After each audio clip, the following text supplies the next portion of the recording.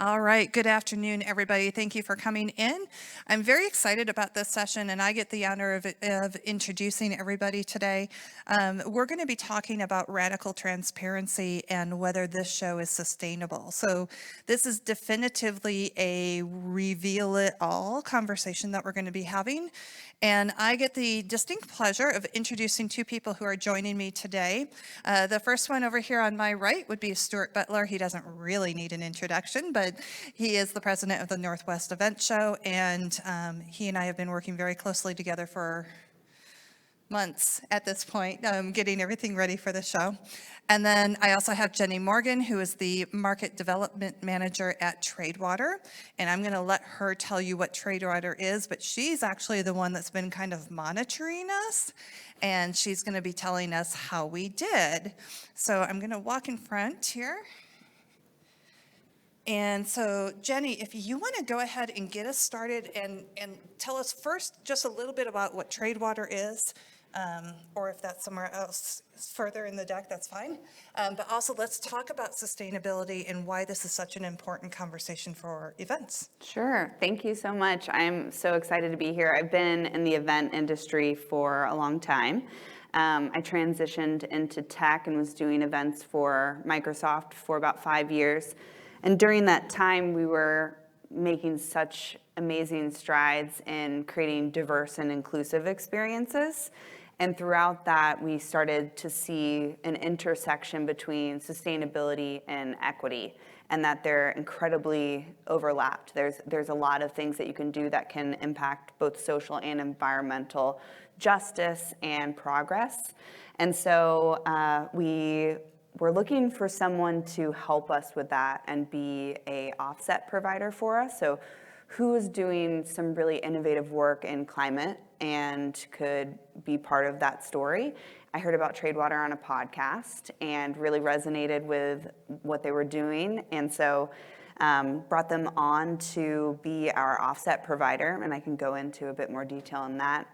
We worked together for about 2 years, and then I joined the team. And so I have just been, really excited to be closer to the impact, while also bringing my expertise in tech and hospitality. So Tradewater is targeting on non-CO2 greenhouse gases. So there's a lot of people talk about carbon. We're talking about not carbon. And so these are gases that are typically made or released due to human activity. They actually are the most greenhouse gases that you can find since the 1970s because of human activity. And they have a really high global warming potential. So once released, they can rapidly accelerate climate change. And so I like to if you illustrate climate solutions, imagine that there's a boat and the boat is sinking. What some people are doing is throwing the water out of the boat. Those are going to be carbon removals and planting trees and doing a lot of nature-based solutions. Then there's also the people that are plugging that hole. So that's what Tradewater does. We're trying to plug the hole of the problem.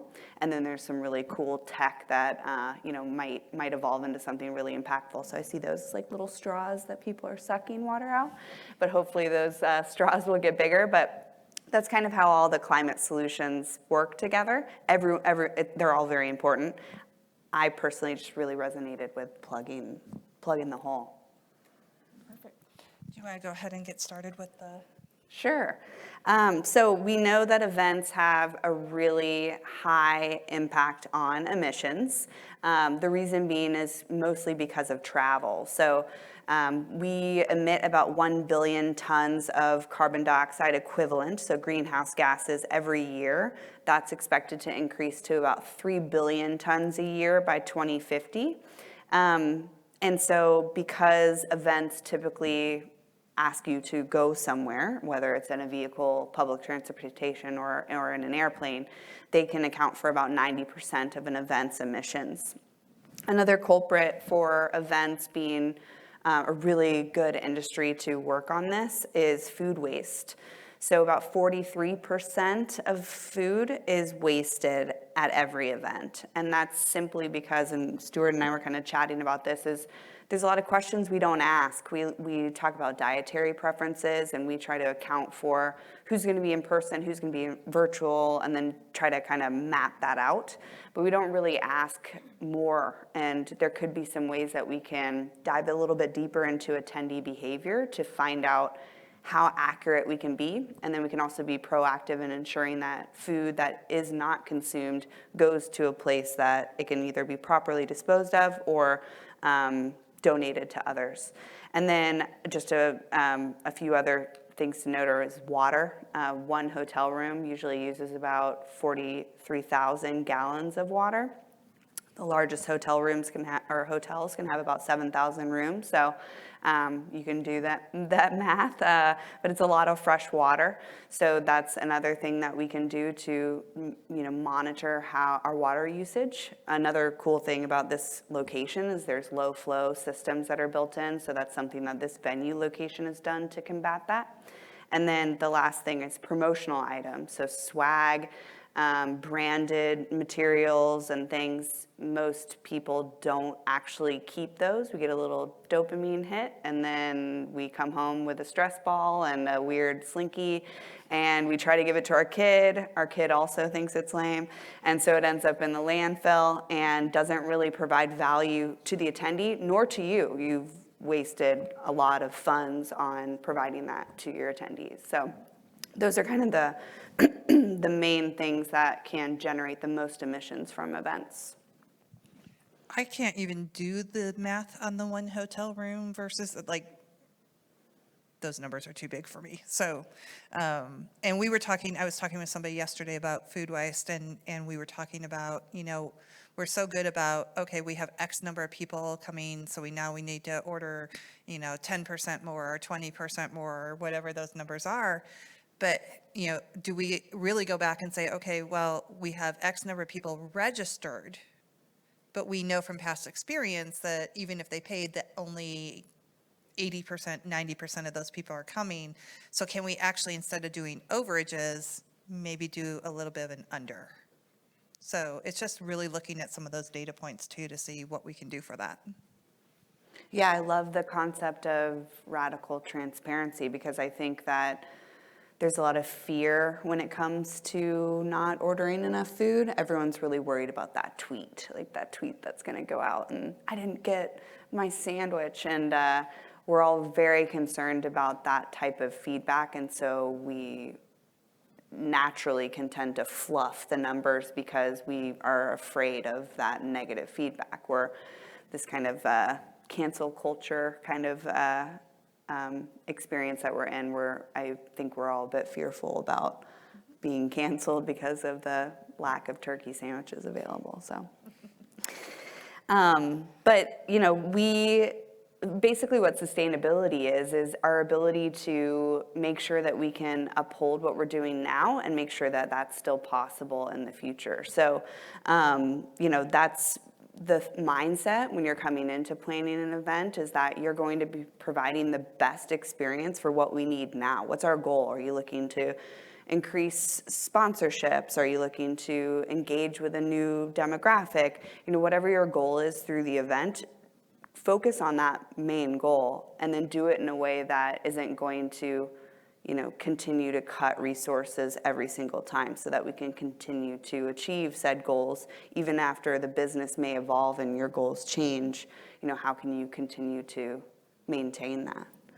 I don't know if you all have shifted in how you're trying to engage with attendees and how that's changed a bit, but that might be something.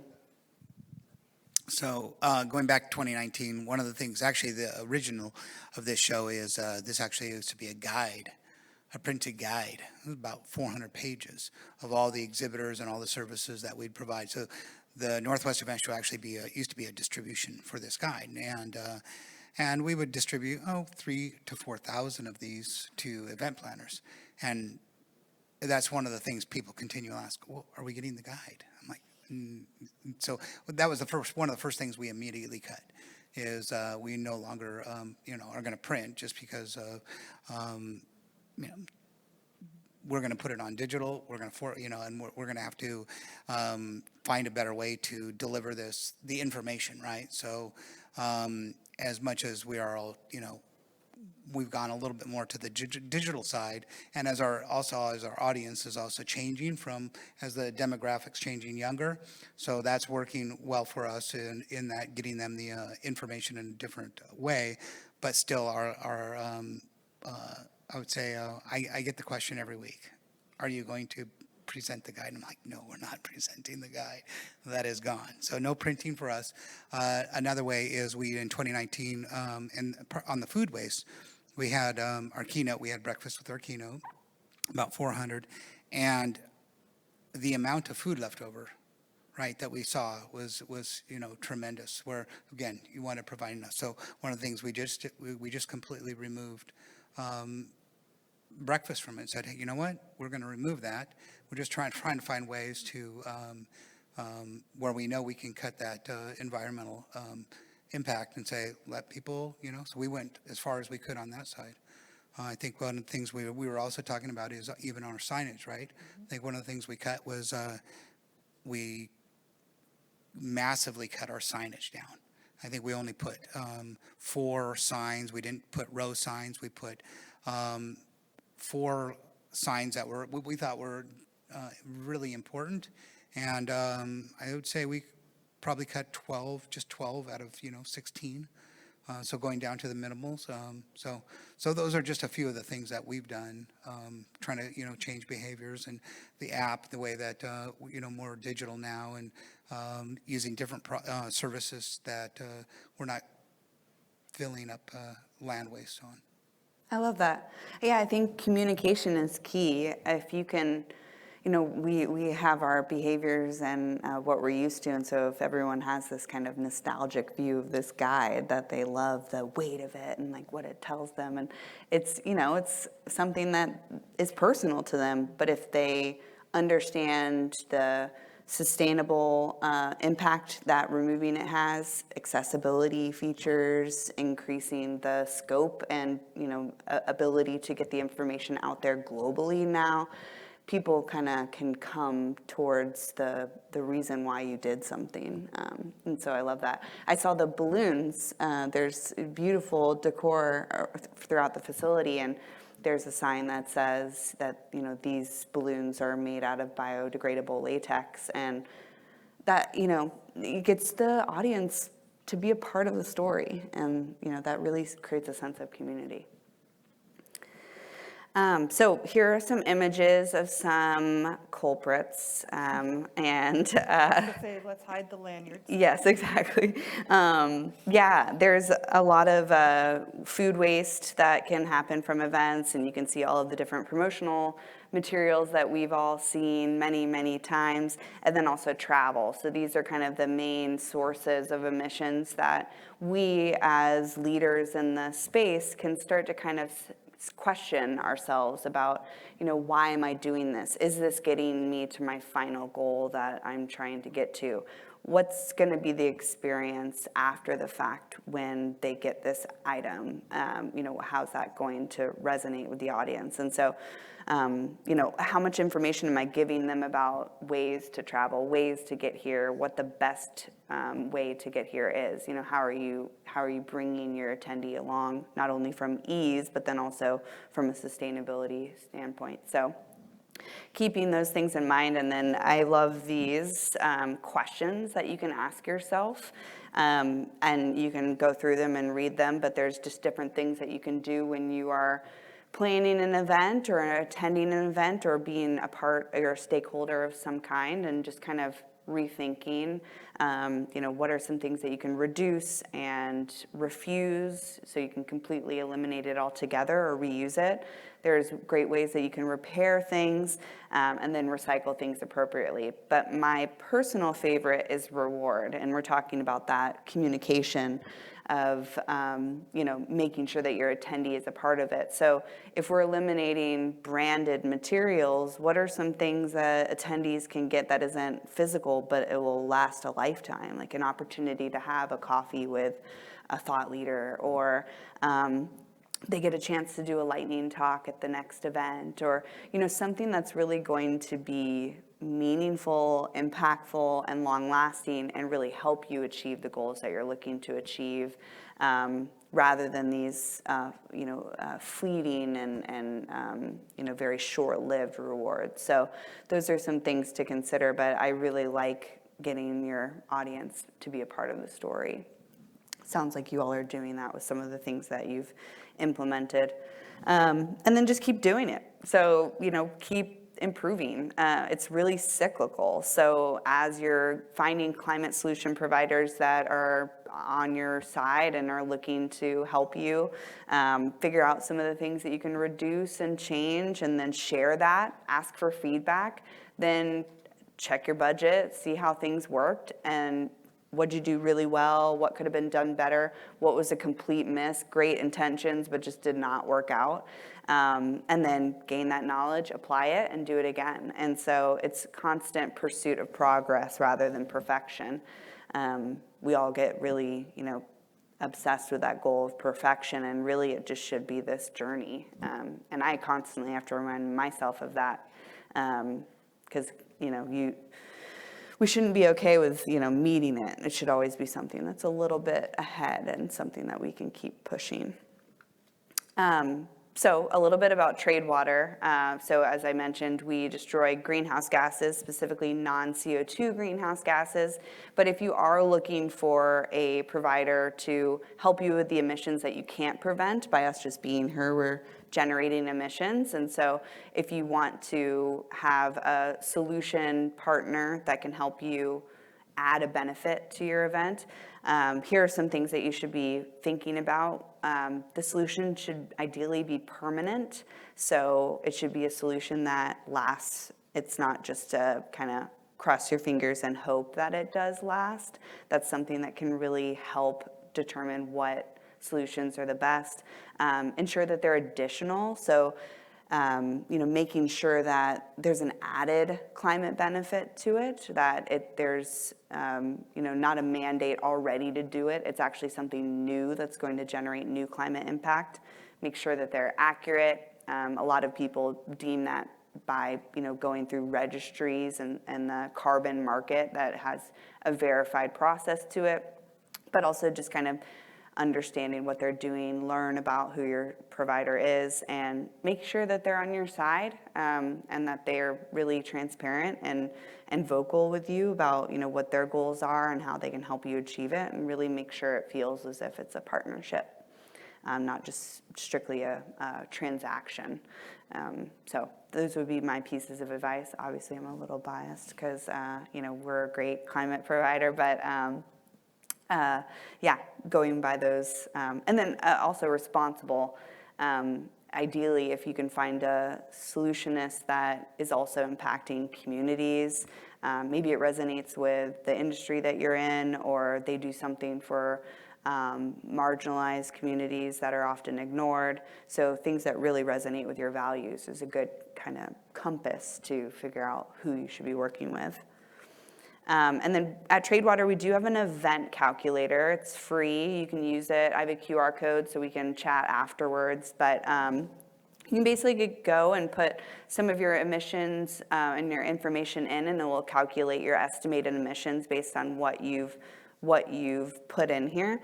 It'll go through just some of the basic travel, food, all of these things, hotel, lodging. You can go really in depth with hiring someone to do your carbon accounting so that you're as accurate as possible. But this is a really good first step to just kind of temperature gauge where your event is in regards to emissions, and then what are your biggest culprits. So what are some of the things that you should start looking at? So if travel's exponentially higher than all the others, and maybe you can start to kind of help your audience understand better ways to travel, or consolidating travel together with one piece of transportation or something of that sort. So I've kind of talked about culprits in the event industry, and then what you can do about it, some things that you can question. I know you mentioned the guide and some of the things that you've done. How have you all been addressing this year after year, and what have you learned? that you have to look at everything, that you have to pay attention. That for me, the venue was really, really important. Having this incredibly sustainable venue, making sure that we're here was a priority for us. So we changed our date to make sure that we were able to be in this venue. That was important. And then we're having one of the challenges we have as we want to grow this event is we want to grow it and bring people in more on a national basis. And what does that impact? So as we look to the future, what does that look like?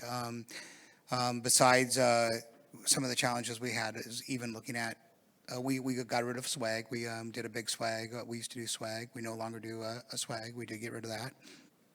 Although it was a very cool water bottle that was, and I saw somebody walking with one today, so that made me really great because that would probably be part of the 21%, right? Right. That hung around. So that was great. But one of the challenges was the bag, right? The bag that we give away, or the show bag. And so we made sure that we got a really quality show bag, spent a little bit extra. It sticks around. The show bags, we did without a show bag our last event, and everybody was looking for it as you walk around the room. Trying to carry stuff was an issue, so that was a challenge. We end up actually bringing bags from the previous show that we had left over to that show, and we recognized that everybody was looking for the bag, so we actually end up supplying an older bag and said, okay, we're going to use this. Going back even to a further show that we had bags left over, we ended up using those bags for a nonprofit. They were looking for bags that they'd give for, it was actually a farm. And we were as part of East West Food Rescue, where this is during the early pandemic, where they're bringing all this food from Eastern Washington that was going to be tossed. And so they were bringing truckloads of, millions of pounds of food that was going to be wasted and getting it to people that needed that food. And so we ended up with some of our show bags. They were looking for bags. So we actually used some of those show bags from a previous show to bring to them and use those for delivering this food. So just trying to find ways, I think it's being aware, constantly being aware of how can, not throwing, but how can we reuse something, or just being cognizant of everything we do, making sure that we've asked nobody, please limit your swag. That's something that we had an environmentally pledge for our exhibitors. So we're asking them to reduce their impact and be as environmentally conscious as possible. So some of the things that we've been doing, but again, as you said, it's a journey. It's a journey, and just I get a beat in my head every day from my wife, who's so I live it every day, and I try to, and I'm like, hey, can we carpool?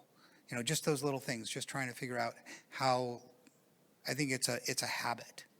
It's a habit that we have to embrace, and that's part of the show is looking at that. We're not perfect, but we're making those strides to be better.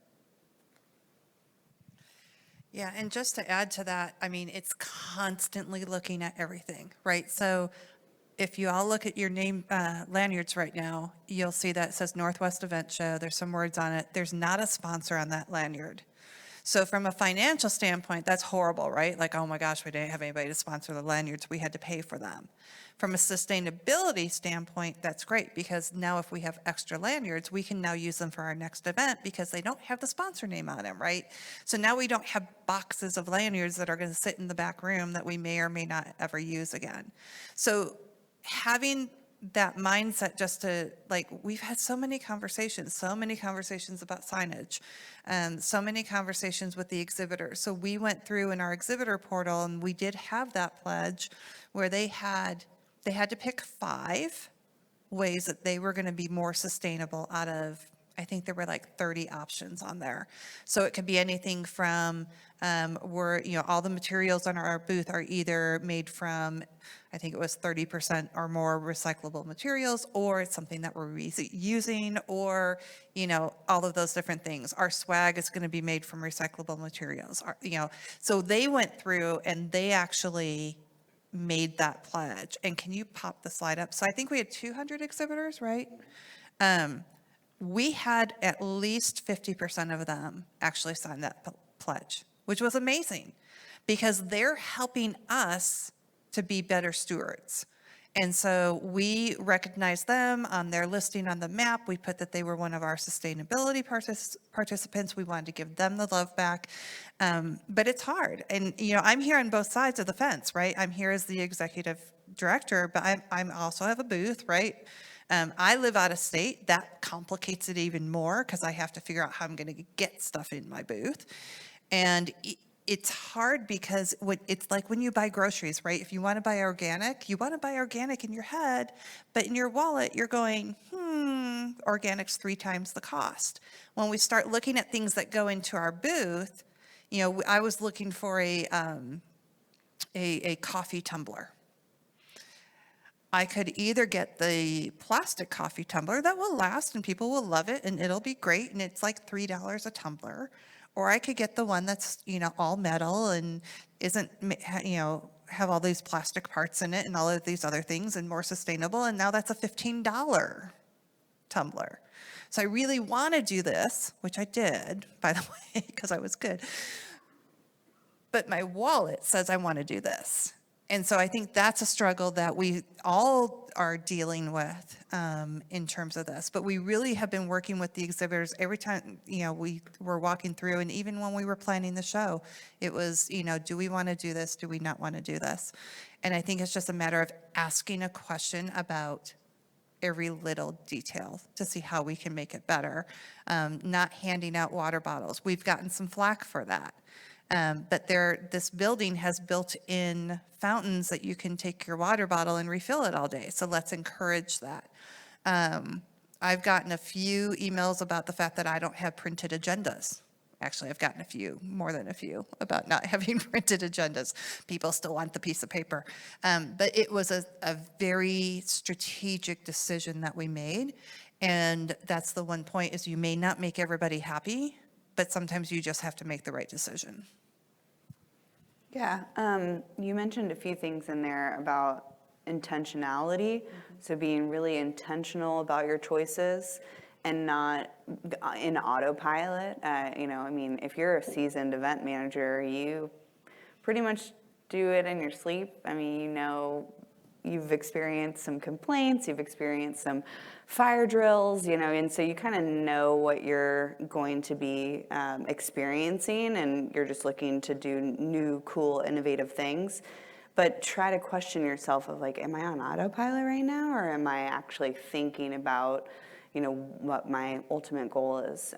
You also mentioned a few things about having friends that are helping you. This venue is a good ally to discuss some of the things you're doing and just kind of bounce some ideas off of each other. Having your supply chain, so all of your exhibitors and your vendors be on the same page that you're looking to achieve these goals. Are there some gaps that you have, or there's some gaps that you're seeing that we have, and have it be an open conversation. Something will be missed.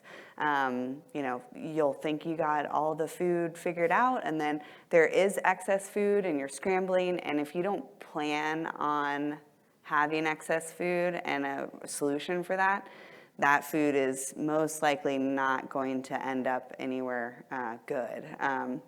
We're lucky to have a lot of composting facilities around here, but it's a scramble, and so if you don't plan ahead. So something's going to happen, but then you write it down. It's something that you're going to look at next year, and be transparent about that. I love the honesty that we're committing to here. So having those friends to help. Yeah, and I think it's a matter of finding a way to have a win on both sides, right? So, for example, I'm going to give a shout out to Expo FP. They're the ones that did our map. So when you're on your phone or the website, we have the map there. And they've been a great partner because they were able to give us a digital map that we could embed anywhere, right? People can search it. Wayfinding is built into it. So I could be in this room and be like, how do I get to Butler Wine Tours, right? And it'll tell me how to go. Like it's like having, I'm completely directionally challenged. So it's like having, Google Maps and being able to find my way. So if we can provide that win for the attendees by giving them kind of this cool feature, we're also providing the win because now I don't have to print the maps, right? How many maps have we printed of show floors over the years, right? And so I think it's finding some of those partners to work with as well, that we can provide that win for the attendees and not make it a painful process for them. I think on the partnership, we also looked at, even when we did the signage, we had multiple choices of what type of sign we could use. And, of course, the cheapest was the foam core? Foam core, cheapest, significantly cheaper. And then, we can go to a recyclable or a recyclable material, which we did. We've also could have gone to a vinyl where they could have turned it into swag, which they turn it into bags. Actually, they're really cool bags. But that was even more expensive when we said, hey, let's go with the recyclable. But that, we're all of our partners. And in fact, that was our partner on, which is Blue Ink. So Blue Ink, I asked this question going back on the journey in 2019. I was asking this question: how are we making our signs sustainable? And the amount of signs that we put in 2019 was fairly significant, but they didn't have any. Options. So they have completely changed their whole entire company because of that conversation. And it's not just me, but it's several people are asking this. So they're now using inks, and they're working on, their whole mindset has changed. So we have to continually ask those questions and ask our partners how are, it's just continually, it's part of that journey, but being cognizant and helping others realize the importance of it, or that as consumers, right?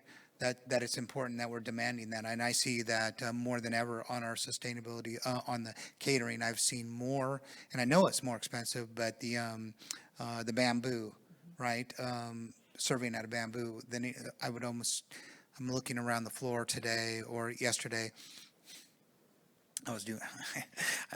I'm the president. I was doing all the garbage today for the Northwest Event Show because apparently that's something, one of those details you forget. But so I was doing the garbage this morning, and actually, it was quite a realization looking at the amount of throwaway, right, and seeing what's in the trash. And so I was really shocked at how much there was of that, and I was really pleased to see that. But it's just kind of an interesting way to find out.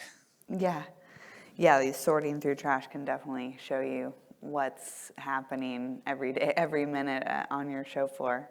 You mentioned cost, and I'm sure that vendor that reframed their entire business model based on that, I'm sure that year it was a bit expensive, but now they've most likely increased their market share. I mean, if I need something, I'm definitely going to email you and ask you who that was, which I wouldn't have done that without this conversation. And now they're expanding their sales potentially, and the costs can then start to become not as substantial as they are that first year, that first investment.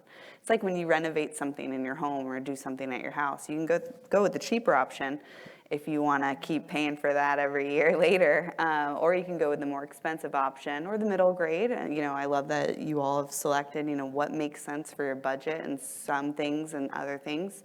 But it's, really similar to that kind of cost analysis we do in our own lives. It is a little bit, and this is too long of a conversation, maybe more of a, one for during the wine tour. But it is a shame that we lower the cost of our health and of each other at such a low level of priority, because it's just difficult to conceptualize it when it's not right there in front of your face. You see $3 or $15. Yeah, 3 sounds good. So it's really challenging. It's kind of like we need the cigarette label on like everything, so that we just kind of know what our impact is and how. But again, this is for wine time to discuss. But I wish it came more to the forefront of our minds and our conversation. But we're human beings and we're moving quick, and so keep reminding yourself and thinking about it. And I think one thing we have to get better at is actually communicating it out to you. So, we get so busy with the event. I'm sitting here in retrospect going, okay, we're halfway through day 2. We're almost done. Why weren't we telling you guys like all of this ahead of time, right? Like, oh, bring your reusable water bottles, right? Oh, by the way, make sure you download the app because we're not printing a paper, right? So in retrospect, and Angela, I hope you're taking notes because this is in the meeting for later. Somebody has to remember what we're saying. But I think communication is really important. I think we need to really communicate with our attendees to be able to come back and say, hey, to prep you for the event, these are all the cool things that we're doing, and this is why. And I think as long as we give them that why, I think we'll be okay. So, Yeah, you ready for the reveal? I don't know. Am I ready for are you ready? it's okay. We're good. It'll be all right. You guys have done a fantastic job. So we went through the calculator and looked at to see, what the emissions are from this event, and just to kind of temperature gauge how we're doing and what we could be doing next year. So we calculated it, and it's not terrible. The average event like this, of this size, is usually about 500 tons a day. And so this was the total. This doesn't go into the details of, the venue and, exactly of what every attendee behavior is. So this is estimated. But, I think that this is a great opportunity to kind of look and see what the emissions are from a 2-day event, and then determine, what are going to be the next steps that you'd like. I think a big thing is that it's regional, and that was very helpful. So as you grow and scale, especially to a national level, that will pose new challenges, and you'll need to figure out ways to accommodate that. But I will say, just from my own personal experience, I went into like a black hole of climate anxiety for a few months. And I was like, I'll just hold my breath and then I won't be part of the problem. This conversation, or like running into each other, you may have met someone new. You might have a really great sale that is coming up, and you just met somebody, and that's going to be huge for this year's numbers. Or you may have found someone that you want to hire for a job as a recruiter. And so these types of connections, or tried a new food, or this is your first time in Seattle, and you're going to go to Pike Place Market later. And so we can't forget that there is a reason why we're here, to experience these things. But how can we make sure that they're experienced in a positive way forever? And that's on us to make sure that we have a positive experience, as well as our future generation. So something I just kind of wanted to say, because I struggled for a bit about just kind of like not wanting to move, because it's hard when you know the implications of moving. So. But yeah, keep scaling and figuring out. And then, you can partner with climate solutionists to help you with some of those emissions that come, so. Yeah, and I think that's one thing, is we're looking at events, when we are going to a national level, even though it's a national audience, the events can be regional, right? So that might be something that we can consider too, to try to contain this at least a little bit. But then also remember that we're actually doing something positive of bringing business to these areas too. So that there's a lot of benefits there too. And I know that's been really important for you. Awesome. I did have a quote in here and it's kind of about the frozen, challenge of being nervous about being a negative to the environment or to society, and how can you really reframe your mindset. And so I really love this quote, and it's basically that profit is like oxygen for a person. You need it or you won't survive. But if you spent every day just thinking about breathing, then you're not experiencing life. And so how can you do both? And I think that it's not binary. I think that there is a way to achieve all things at the same time as long as you're intentional about it. So, do we have time for Q&A or should we? I'm looking at the clock. We're good. So I can come down. Well, you need a mic. Do we have a second handheld or no? No. They're telling me no. We'll figure it out. So if you have any questions, I'll just run the mic back and forth. Yeah. We're recording. We have to be on mic. Sorry. Are there any questions before I come down the stairs? One thing I'd love to hear from you is kind of what your biggest challenges are, if anybody wants to share with that. But if there's any questions, we do have Jenny up here as well. All right.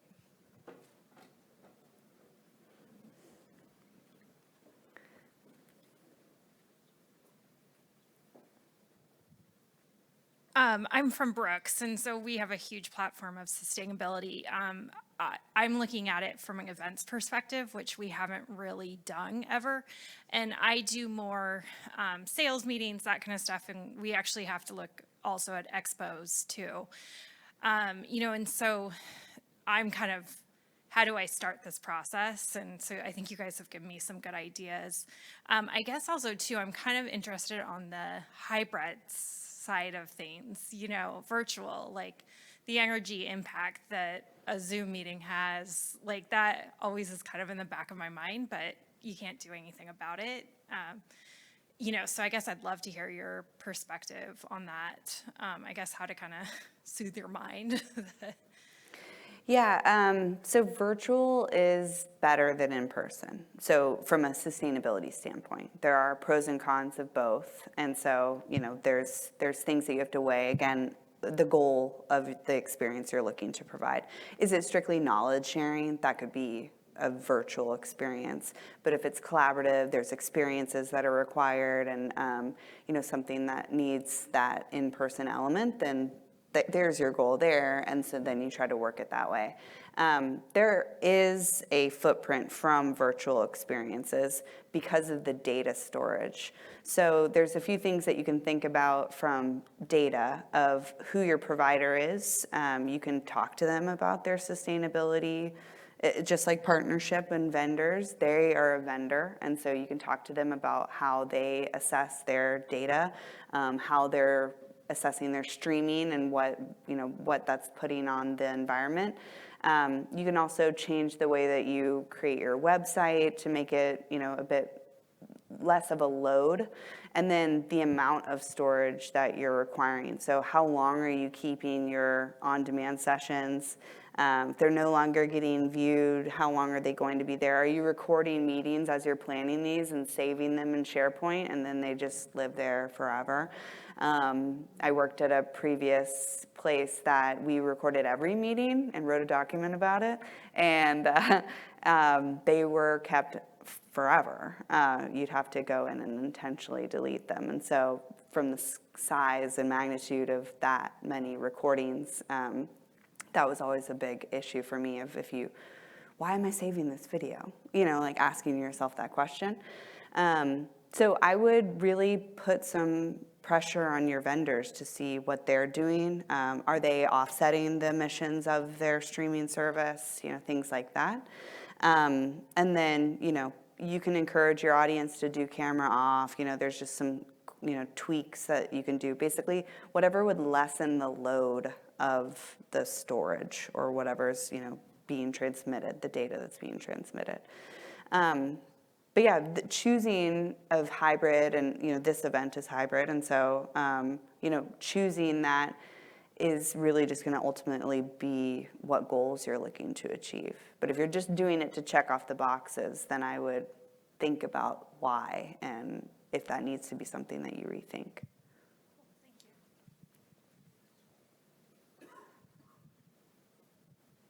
Yeah, and that's a weird spot.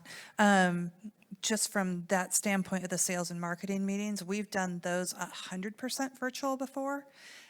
where the product was actually shipped out to people so they could touch and feel and things. And again, you're having to offset that, right? But, and trying to figure out, is that better? Is that worse? We're still online. You know, can we present these? But, you know, especially in retail, you have to be able to touch and feel, right? You have to be able to sit there and bend the shoe. And so it's just looking at which pieces are you going to keep, which pieces are you going to move around a little bit, just trying to figure out a way to lessen that load while still giving people the experience.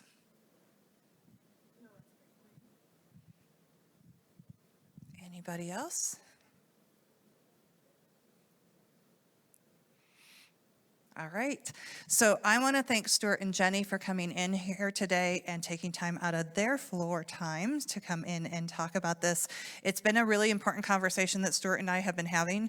I really encourage all of you, just have the conversation. Like, that's really what we need to do, is we need to have the conversation, because if there is one, you know, if we can just make one change and every person makes one change, like the impact there is just exponential. So just really look at what you're doing, whether you're planning an event, whether you're attending an event. Look at that one thing and see what we can tweak so that we can go ahead and continue making a positive impact. So thank you very much. Thank you. Thank you.